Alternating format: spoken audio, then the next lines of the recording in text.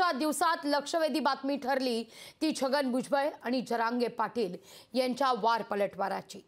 याद राखा, माझ्या शेपटीवर पाय द्यायचा प्रयत्न करू नका असा इशारा अंबडच्या म्हणजेच होम ग्राउंड असलेल्या जरांगे पाटलांचं होम ग्राउंड असलेल्या जालन्याच्या अंबडमधून महाएल्गार मेळाव्याच्या माध्यमातून ओबीसी नेते छगन भुजबळ यांनी केलेला आहे। तर शेपटीचा सोडाव, तुम्ही आमच्या पायावर पाय देऊ नका असा जोरदार पलटवार जरांगे पाटलांनी सांगलीतून भुजबळांवर केलाय आणि हीच आजच्या दिवसाची स्टोरी ऑफ द डे। पाहूया या संदर्भातले वार पलटवार, त्यानंतर याच मुद्द्यावर चर्चा सुद्धा करूया। छगन भुजबळ 2 वर्ष बेसन भाकर खाऊन आला तुरुंगात। होय, खाऊन आलो मी। छगन भुजबळ दिवाळीत सुद्धा बेसन भाकर ठेचा आणि कांदा फोडून खातो,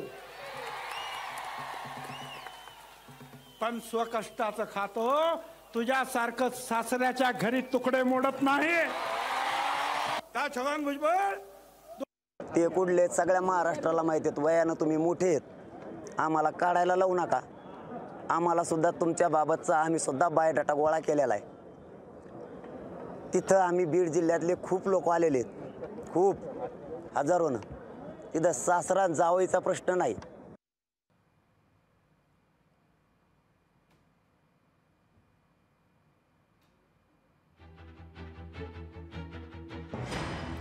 मराठ्यांचे नवीन दैवत हे जरांगे पाटील तयार झालेले आहेत असं म्हणत भुजबळांनी जरांगेंवर जोरदार टीका केलेली आहे।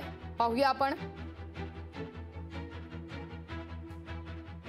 आज हे तुमचे जे आहेत नवीन मराठा समाजाचे एक दैवत निर्माण झाले, देव झाले।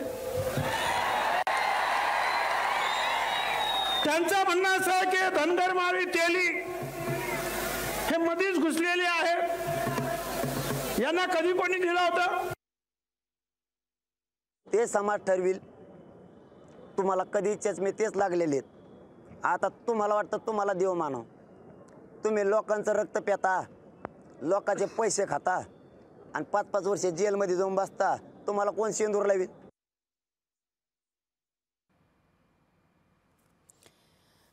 या सगळ्या मुद्द्यावर चर्चा करण्याकरता ओबीसी नेते हरिभाऊ राठोड आणि संभाजी ब्रिगेडचे प्रदेश प्रवक्ते डॉक्टर शिवानंद भानुसे आपल्यासोबत जोडले गेलेले आहेत।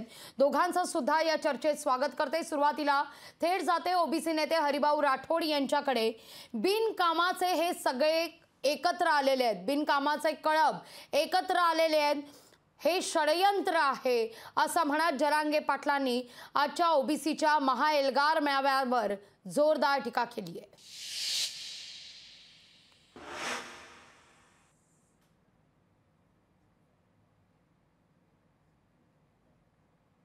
मला विचारलं का ते?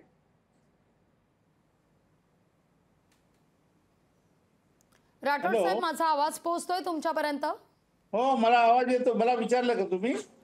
अगदी मी तुम्हालाच हा मुद्दा विचारतेय की बिगर कामाचे हे सगळे कळप एकत्र आलेले आहेत, बिगर कामाचे कळप एकत्र आलेले आहेत असं म्हणत आजच्या महाएल्गार मेळाव्यावर जरांगे पाटील यांनी जोरदार टीका केलेली आहे। हे षडयंत्र आहे, मराठ्यांना आरक्षण मिळू द्यायचं नाहीये याकरता असं जरांगे म्हणतायत।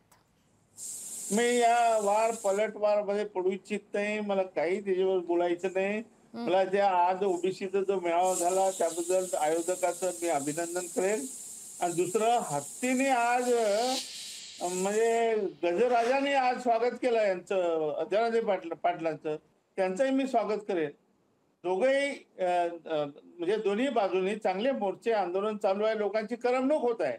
परंतु माझं म्हणणं आहे की ओबीसी मधून 50% आत मराठा समाजाला आरक्षण देता येईल आणि ओबीसीला धक्का लागणार नाही। यावर का कोणी मला विचारत नाही की कसं तुम्ही देणार आहे, काय तुमचं प्रोव्हिजन आहे, काय कुठली स्कीम आहे तुमची, तुमचा कुठला फॉर्म्युला आहे। मी एवढंच सांगतोय, सरकारने सुद्धा ओबीसीला घाबरण्याचं काही कारण नाहीये। ओबीसी बरेच आहेत, केवळ माधव म्हणजे ओबीसी नाहीये, माळी धनगर वंजारी म्हणजे ओबीसी नाहीये, तर खूप बरेच ओबीसी आहे। ओबीसी नेतेही खूप आहेत, केवळ आणि केवळ भुजबळ, वडेट्टीवार आणि प्रकाश सेनगे म्हणजे महाराष्ट्र नाही आहे. महाराष्ट्र फार मोठा आहे. ओबीसी जवळपास 350 जाती आहेत. तुम्ही या 3 जातीच्या म्हणून त्यांनी कळप म्हटलं असेल आणि मी त्यांना कळप म्हणणार नाही, परंतु ठीक आहे, चांगली गोष्ट आहे. मी धन्यवाद देतो जरांगे पाटलांना की त्यांच्यामुळे आमचा ओबीसी समाज जागा झाला, आमचा मराठा समाज सुद्धा जागा झाला, दोन्ही समाज जागृत झाले, ओबीसीचं महत्व कळायला लागलं, डॉक्टर बाबासाहेब आंबेडकरांच्या घटनेचं तुम्हाला महत्व कळायला लागलं. चांगली गोष्ट आहे. परंतु मी परत सांगतो की 50%च्या आत मराठा समाजाला ओबीसीला धक्का न लागता संविधानिक आरक्षण आणि मराठ्याला मराठा म्हणूनच आरक्षण मिळू शकते. मी शासनाला आपल्या मार्फत विनंती करतो, शासनाने एक बैठक बोलवावी, आम्हाला बोलवा. तुम्हाला जर काही अडचण असेल तर आम्हाला विचारा. तुम्ही कोणाला घाबरायचे कारण नाही. या महाराष्ट्रामध्ये जे वातावरण निर्मित झाली आहे ते निश्चितच चांगली नाहीये. अशा पद्धतीने 2 समाजामध्ये तुम्ही भांडणं लावणार, उद्या दंगली घडतील, काय करणार आहे तुम्ही? दंगल घडल्यावर मग तुम्हाला तुमचे डोळे उघडणार आहे का? माझी विनंती आपल्या मार्फत शासनाने ताबडतोब बोलवा आम्हाला. आम्ही देतो तुम्हाला. 1994 साली माननीय शरद पवारांनी आम्हाला बोलवलं. अबकडे ते मी केलंय, मी आणि तेव्हा ते झालेलं आहे आणि अजूनही ते व्यवस्थित चालू आहे. आपण धनगरांना वेगळं आरक्षण दिलं, वंजाराला वेगळं आरक्षण दिलं. तसंच बाबांनो तुम्हाला मराठा, कुणबी आणि लेवा पाटील यांना वेगळं आरक्षण देता येईल. आणि हा सब कॅटेगरीजचा विषय आहे. हा जस्टिस रोहिणी कमिशनचा विषय आहे. सब कॅटेगरीशन काय हे तर समजून घ्या. हे सर्वोच्च न्यायालयाचे डायरेक्टिव्ह आहेत, मी नाही सांगत. सर्वोच्च न्यायालयाच्या 9 न्यायाधीशांनी इंदिरा साहनी केसमध्ये सांगितलं आहे की ओबीसीचं एखाद्या राज्याने जर सब कॅटेगरीशन केलं तर that will be the constitutionally valid. Yes, that will be a constitutionally valid. आणि त्यामुळे हे वैध आहे. मी सांगतो ते वैध आहे. तुम्ही आपल्या मार्फत हे जाऊ द्या, हे क्लिप पाठवा मुख्यमंत्री उपमुख्यमंत्र्याला, सांगा त्यांना की आरक्षण देता येईल. तुम्हाला अधिकार आहे, राज्याला अधिकार आहे. 16(4) नुसार तुम्हाला देता येईल. राठोड साहेब, तुम्ही फार महत्वाचा या ठिकाणी उल्लेख केला.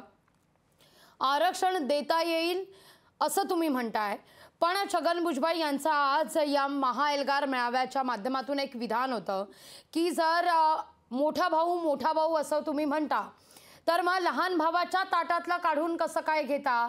जर तुम्हाला आरक्षण मिळणार असेल सरसकट म्हणून तर तुम्ही ओबीसी समाज म्हणूनच गणला जाणार. मग असं असताना ओबीसी समाजावर अन्याय होईल असं त्यांचं म्हणणं आहे. आता मात्र तुम्ही म्हणताय हे शक्य आहे. चुकीचं आहे. हे बघा, एका व्यक्तीला 4 मुलं आहेत, म्हणजे 4 भाऊ आहेत.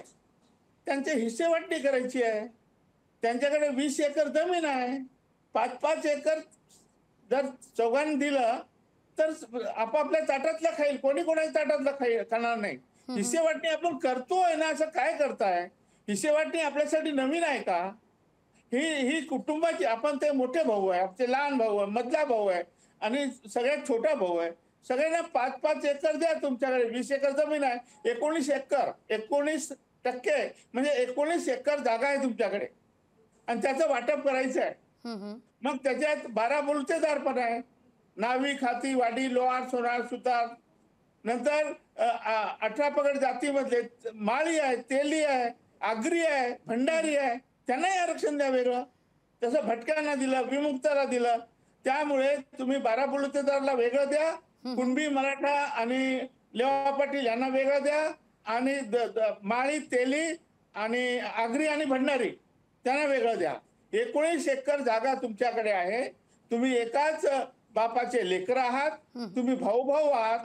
याची सिंपल वाटणी. मी हे सब कॅटेगरीशन कळत नाही, सरकारला का कळत नाही? मी एवढ्या सोप्या भाषेत सांगतोय तुम्हाला की याच्या पलीकडची भाषा कुठली असेल तर सांगा.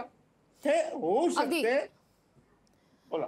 राठोड साहेब, तुम्हाला थेट सवाल विचारते या मुद्द्यावर. मी शिवानंद भानुसे यांच्याकडे सुद्धा येणार आहे, पण राठोड साहेब तुम्हाला या निमित्तानं आता विषय निघालाच आहे म्हणून थेट सवाल विचारते. आज जो महाएल्गार मेळावा झाला त्याला तुमचं समर्थन होतं की नाही? हो किंवा नाही? नाही, होतं समर्थन ओबीसीचं असल्यामुळे ते होतं. मला फक्त जागृती करायची आहे, जागृती पुरतं होतं. त्यांच्या बोलण्याला काही अर्थच नाही, त्यांच्याकडे काही नाहीये देण्यासारखं. नुसते मेळावे घेणं, विरोध करणं, पण ते काही देणार आहेत का या समाजाला? ओबीसीला तुम्ही काय त्या मेळाव्यामुळे मिळणार आहे का? तुम्हाला त्याच्यामुळे मिळणार नाही. हरिभाऊ राठोड सांगतो त्याच्यामुळे ते आरक्षण मिळणार आहे, अगदी त्या अशा एल्गारमुळे मिळणार नाही. अहो, हा सगळा एकत्र बसून विचार करण्याचा ही वेळ आहे. सगळे तज्ज्ञांनी सगळ्यांनी बसायला पाहिजे एकत्र. कोणाला डाऊट असेल तर मला विचारा. तुम्ही जसं प्रश्न विचारता जनतेने मला विचारावं. फार महत्वाचा मुद्दा या ठिकाणी राठोड साहेब तुम्ही उपस्थित केला की या एल्गार मेळाव्याच्या माध्यमातून काही आरक्षण मिळणार नाही, तर याकरता काही कायद्याच्या तरतुदी आहे, चर्चा करणं गरजेचं आहे, एकत्रित येणं गरजेचं आहे, तरच यातून मार्ग निघेल. या सगळ्या मुद्द्यावर अधिक जाणून घेऊया आपण. डॉक्टर शिवानंद भानुसे संभाजी ब्रिगेडचे प्रदेश प्रवक्ते सुद्धा आपल्याबरोबर जोडले गेलेले आहेत. आज महाएल्गार मेळाव्याच्या माध्यमातून छगन भुजबळ यांनी जरांगे पाटलांवर जोरदार हल्ला चढवला. प्रसंगी तो वैयक्तिक सुद्धा चढवला गेला. अगदी शिक्षण काढण्यात आलं, कौटुंबिक पार्श्वभूमी सुद्धा काढण्यात आली आणि याला आता जरांगे पाटलांनी सुद्धा प्रत्युत्तर दिलेलं आहे. हे षडयंत्र आहे, मराठ्यांनी गाफीर राहून चालणार नाही असं ते म्हणतायत. कसं पाहता एकूणच या सगळ्या दिवसातल्या या प्रकाराकडे? सर्वप्रथम जय जिजाऊ. मी सर्वप्रथम राज्याचे अन्न आणि नागरी पुरवठा मंत्री छगन भुजबळ यांचा जाहीर निषेध करतो. कारण जाणीवपूर्वक ते असे स्टेटमेंट करून जाती जातीत वाद लावण्याचा कार्यक्रम करतायत असा त्याचा अर्थ होतो.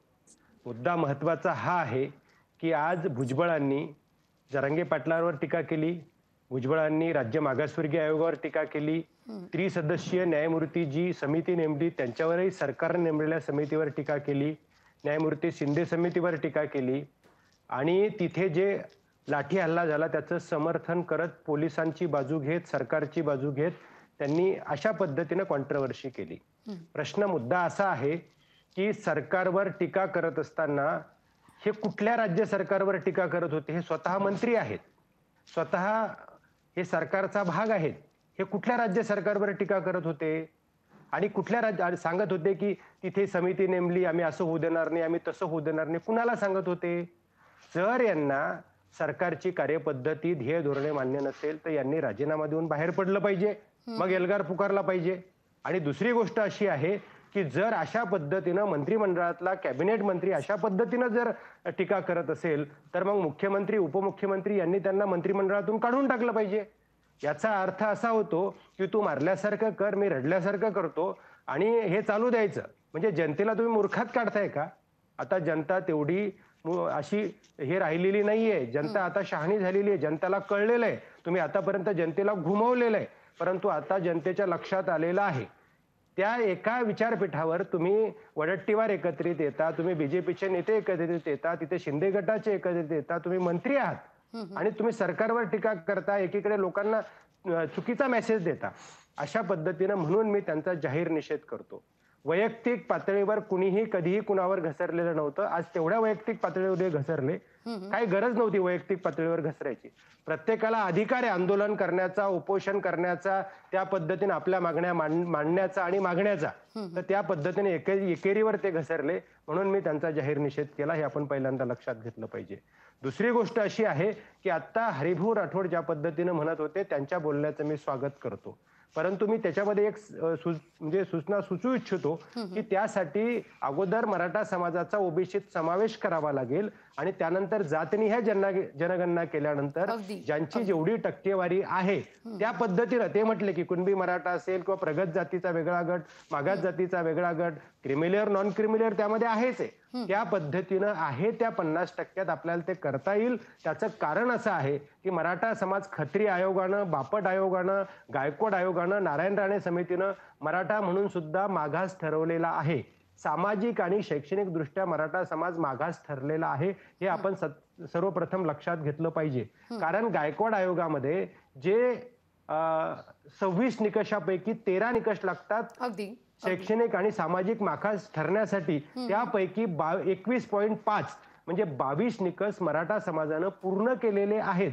मराठा समाज शैक्षणिक आणि सामाजिक दृष्ट्या मागास आहे, अर्थात ओबीसीला पात्र आहे. इंदिरा साहनी प्रकरणानुसार स्पष्ट सांगितलेलं आहे जजमेंटनुसार की जो समाज राज्य मागासवर्गीय आयोगानुसार ओबीसीला पात्र ठरेल त्याला ओबीसी समावेश करावा. बरोबर. परंतु या अगोदर 2 वेळा जे आरक्षण दिलं गेलं ते 50% पुढचं दिलं गेलं, ओबीसीतलं दिलं गेलं नाही, वेगळं दिलं गेलं.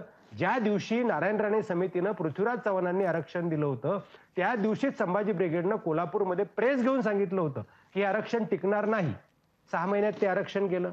फडणवीस सरकारनं जे एससीबीसी आरक्षण दिलं होतं म्हणजे हे आरक्षण जातनिहाय सुद्धा टिकणार जनगणना नाही. करावी या मागणीशी तुम्ही सहमत आहात, जी मागणी आज एल्गार मेळाव्याच्या बिलकुल माध्यमातून पण बिलकुल झाली. बिलकुल. पण त्याच्या अगोदर आपल्याला मराठा समाजाचा गायकवाड आयोगातील त्रुटी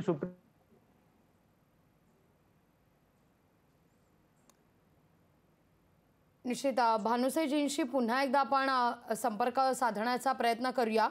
राठोडजी आपल्यासोबत जोडले गेलेले आहेत. या सगळ्या मुद्द्यावर चर्चा करत असताना जो जातनिहाय जनगणने संदर्भात चर्चा होत होती तो मुद्दा आता भानुसेजी आपण त्याच मुद्द्यावर चर्चा करतोय. भानुसे साहेब, तुम्ही उल्लेख केलात की जातनिहाय जनगणना करण्याच्या दृष्टीनं बोला. पण एकच मिनिट घेतो. त्याच्या अगोदर असं आहे की अगोदर मराठा समाजाचा गायकवाड आयोगातील ज्या त्रुटी सांगितलेल्या आहेत त्या सध्या निरगुडकर काय अस्तित्वात आहे. निरगुडकर आयोगामार्फत त्या थोड्याफार त्रुटी दूर कराव्या लागतील. राहिलेलं सर्वेक्षण 1-2 महिन्यात पूर्ण करावं लागेल आणि मराठा समाजाचा आहे त्या ओबीसी मध्ये समावेश करावा लागेल. त्यानंतर जातनिहाय जनगणना केल्यानंतर ज्यांची जेवढी टक्केवारी आहे त्यानुसार तुम्हाला जे रोहिणी आयोगानुसार उपगट करता येतील त्यानुसार ते करता येईल. सध्या राठोड साहेब म्हणाले त्या पद्धतीने उपगट करून मराठा समाजाचा समावेश त्यामध्ये करता येईल. अगोदर फक्त समावेश करावा लागेल आणि जसं विजयकडे केलेलं आहे तसे ओबीसीच्या 19% सुद्धा करता येतं आणि तो संविधानिक मार्ग आहे, तो घटनादत्त मार्ग आहे. मराठा समाजाचा तो घटनादत्त अधिकार आहे. राठोड साहेबांनी ते अतिशय छान पद्धतीने सांगितलेलं आहे. पण मला फक्त तेवढंच सुचवायचंय की अगोदर समावेश करून नंतर जातनिहाय जनगणना करून ते तसं करता येऊ शकतं. ते केलं पाहिजे कारण ते संविधानिक आहे. अगदी हा प्रश्न खरं तर दोघांना सुद्धा आहे. पहिल्यांदा राठोडजींनी या सगळ्या प्रश्नाचं उत्तर द्यावं असं मला वाटतं की गावबंदी संदर्भात छगन भुजबळ यांनी आज महाएल्गार मेळाव्याच्या माध्यमातून विधान केलं की गावबंदी करणं हे चुकीचं आहे. ताबडतोब गावबंदी संदर्भात लागलेले फलक जे आहेत ते हटवा कारण इथं लोकशाही आहे. कसं पाहता एकूणच या सगळ्या मुद्द्याकडे? छगन भुजबळ थेट म्हणतायत की ताबडतोब हे सगळे फलक हटवा. गावबंदी तुम्ही कशी काय करू शकता? कायदा सुव्यवस्था काही आहे की नाही? सरकार म्हणून काही आहे की नाही? गावबंदी एक आंदोलनाचा भाग आहे. कारण त्यामुळे काय त्यांचा रोख जो होता ते लोकप्रतिनिधी आहे आणि लोकप्रतिनिधी बोलायला पाहिजे या विषयावर आणि मांडणी करायला पाहिजे, अभ्यास करायला पाहिजे. म्हणून गावबंदीमुळे या सगळ्यावर दबाव आणण्याचा एक प्रकार आहे. अगदी कोणी गावबंदी केली नाही आणि कोणाला काही गावबंदी झालेली नाही आहे. लोक सगळे ये जा करत आहे. उलट ज्यावेळेस कोरोना होता कोरोनाच्या काळात लोकांनी गावबंदी केली होती, बाहेर ठेवलं होतं लोकांना. तसा काही प्रकार नाही आहे. सगळे आमदार खासदार आपल्या गावाला जात आहे, पाहुणचार खात आहे, दिवाळी करत आहे, काही प्रॉब्लेम नाही. त्यांचा तो आंदोलनाचा एक भाग आहे, विशेष काही नाही. अगदी भानुसेजी, अगदी थोडक्यात आपली ब्रेकची वेळ झालेली आहे. अगदी थोडक्यात गावबंदीचा विषयाच्या अगोदरचा फक्त एक अर्ध्या मिनिटाचा विषय असा आहे की भुजबळांनी सांगितलं की त्या ठिकाणी पोलिसांवर दगडफेक झाली. मुद्दा असा आहे की जिथं उपोषण चालू आहे, संविधानिक मार्गाने आंदोलन चालू आहे, लॉ अँड ऑर्डरचा प्रश्न नाही, काही चुकीचं घडण्याची अराजकता घडण्याचा विषय नाही, काही कोणी धमकी दिलेली नाही, तिथे तुम्ही 1000-1200 पोलीस घेऊन जाता, लाठ्या काठ्या घेऊन जाता आणि ज्या लोकांना तिथे जर दगडफेक करायची होती तर स्वतःच्या घरचे वृद्ध आजी आजोबा, स्वतःचे छोटे मुलं, बायका तिथं घेऊन कोणी गेलं असतं का? हा साधा प्रश्न आहे. साधी गोष्ट एका मंत्र्याला, एवढ्या मोठ्या अनुभवी नेत्याला कळू नये. अहो तिथे तुम्ही जाऊन अमानुष तुम्ही जाऊन तिथे लाठी हल्ला करता, तुम्ही त्या प्लास्टिकच्या गोळ्या सोडता, तिथे बॉम्ब सोडता, हे अनेक गोष्टी तुम्ही तिथे त्या ठिकाणी करता. म्हणजे तुम्ही ठरवून केलेलं आहे, हे सरकारनं ठरवून केलेलं आहे. आणि जर सरकारनं ठरवून केलं नसतं तर ते जे अधिकाऱ्यांनी केलं त्यांना बडतर्फ तुम्ही का केलं नाही? आणि एवढे गुन्हे तुम्ही दाखल केले, ते तुम्ही 2 दिवसात गुन्हे मागे घेऊ म्हटला होतात, तर ते अजून तेवढे दिवस झाले, तुम्ही अजून गुन्हे मागे घेतले नाही.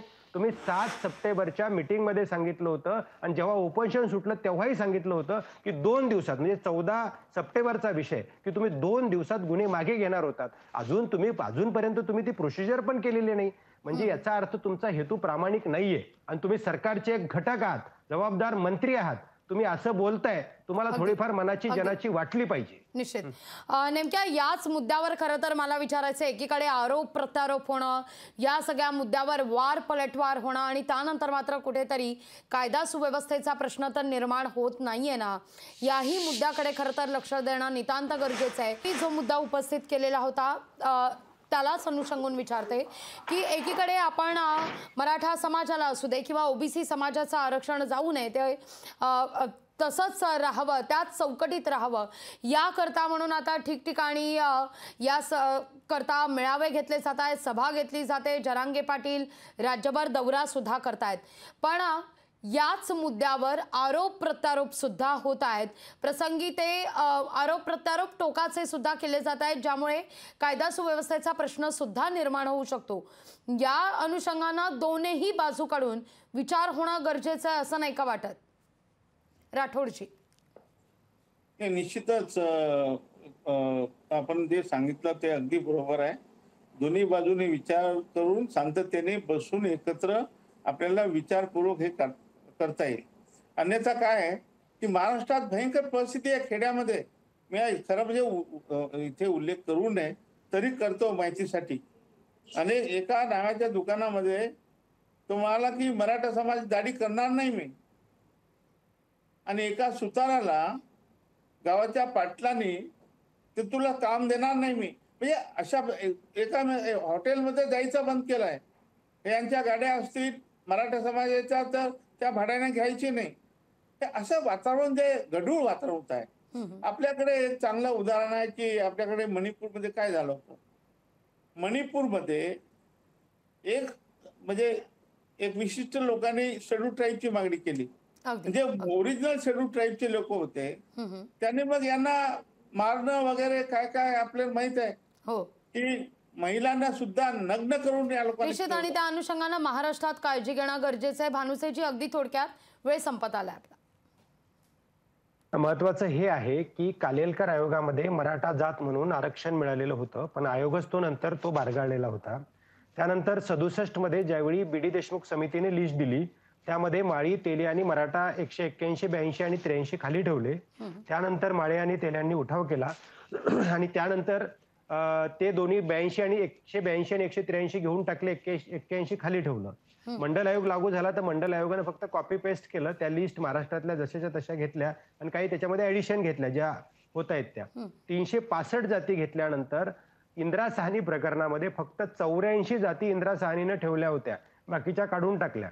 आता 414 जाती आहेत. तर 414 जाती 84च्या व्यतिरिक्त जे आले ते आयोगाशिवाय आलेले आहेत.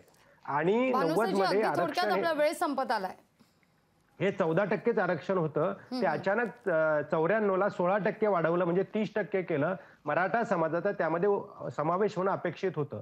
अनेक आयोग नेमले आणि प्रत्येक आयोगानं ठरवलेलं असताना सुद्धा प्रत्येक वेळी त्यांनी जाणीवपूर्वक मराठा समाजाचा समावेश केला नाही. साधी टक्केवारी सांगतो मग आपल्याला की SC ST ला लोकसंख्येच्या 100% आरक्षण असतं आणि ओबीसीला 50% आरक्षण असतं.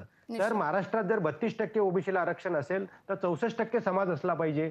64% ओबीसी, 20% SC ST, 84%, 18% हे मुस्लिम म्हणजे 102%, 4% ब्राह्मण, 106% आणि 5% इतर म्हणजे 111%. आणि मराठा समाज सोडून म्हणजे मराठा समाज धरून मग 141%. टक्केवारी तर 100%च्या पुढे जाणार नाही. याचा अर्थ असा होतो की आहे त्या 60%, 54% मराठा समाज आहे. मराठा समाजाचा तो संविधानिक आणि घटनादत्त अधिकार आहे. अगदी बाटिया आता मध्ये जो आयोग बाटिया आयोग नेमला होता त्याने मुद्दा लक्षात येतोय. धन्यवाद खरं तर तुम्ही दोघं सुद्धा या चर्चेत सहभागी झालात त्याबद्दल.